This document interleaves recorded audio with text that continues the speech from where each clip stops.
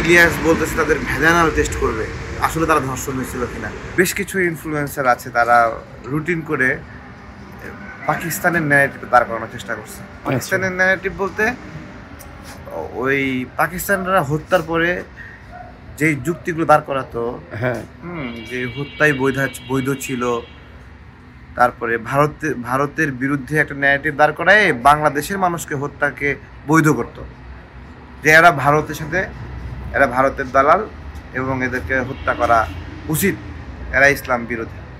এই যে একটা ন্যারেটিভটা পাকিস্তানের সময় দিত, একটা চক্র এই সময়ে আইসা আমাদের মুক্তিযুদ্ধের সাথে ব্যাপকভাবে ভারতের অন্তর্ভুক্তিকরণ করে এই ধরনের একটা, যে এটা পাকিস্তান ভারতের বিষয়, আমাদের কোনো বিষয় না, অনেক ধরনের চেষ্টা করছে।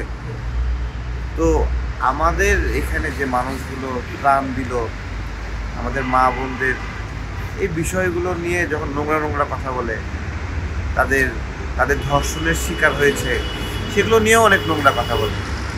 এই সময় 54-55 বছর পরে মানে ইলিয়াস বলতেছে তাদের ভ্যাজানাল টেস্ট করবে, আসলে তারা ধর্ষণ হয়েছিল কিনা। চিন্তা করতে পারেন এটা কি পরিমাণ। আমরা আসলে খুব মানসিক কষ্টে আছি, বুঝছেন।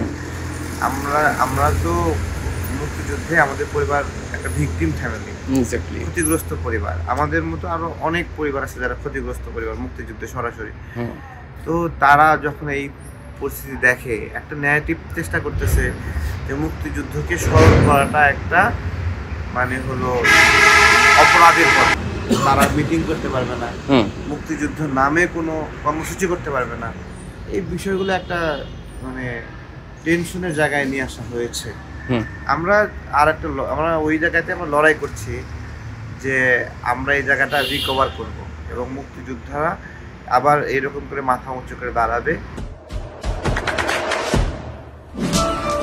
দেশে দেশে সবার সাথে দ্য নিউজ।